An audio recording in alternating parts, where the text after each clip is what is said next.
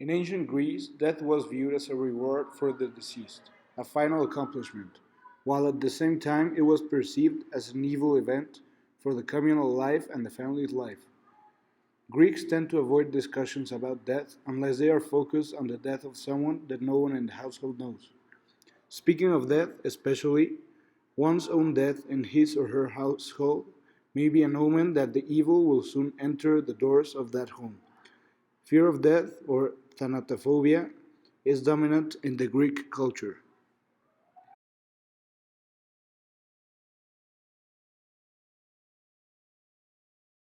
Hey mom, what happens when we die?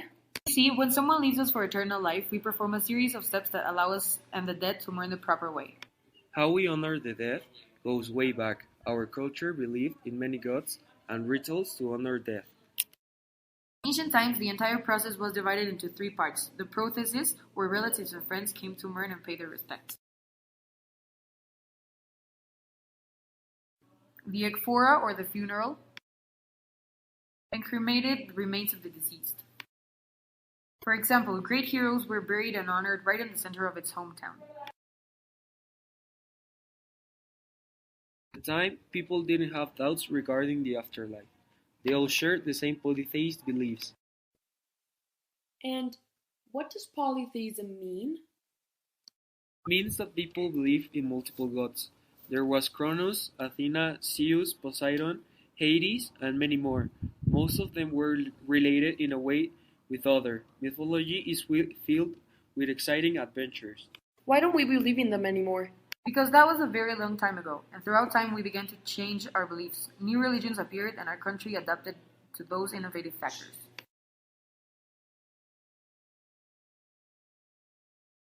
Remember when Jaja passed away?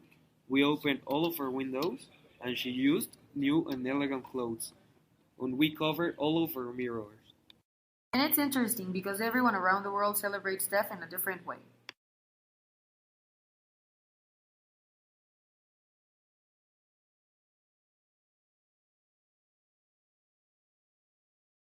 In Italy, traditions and customs of how they live dead will be separated according to the region. Every place had different beliefs and a different way to live dead. In some areas of the center, according to tradition, the family honors their relatives by food to the most needed. On the Day of the Dead, those who own a cellar offered a glass of wine and sewed large pockets on the front of the clothes of the orphan children so that everyone could put something and offer.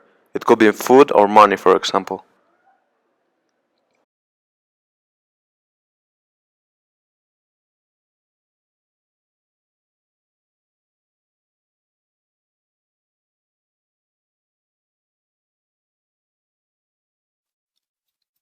Pass me the prosciutto, please. Mom, why are we cooking so much? Because, unfortunately, your grandfather passed away, and in his honor, we are cooking for the people that really deserve it. But why do we do it? Because it is a tradition to honor the life of our loved ones by giving to other people in need. Podi soldi per favore per mangiare ho fame. Come, let's help that man. Here you go, have some tagliatelle. Grazie signora e ragazzo. Mom, do you think that our loved ones see what we are doing? Of course they do. And we have done this for many years, even if most people celebrate it in a different way.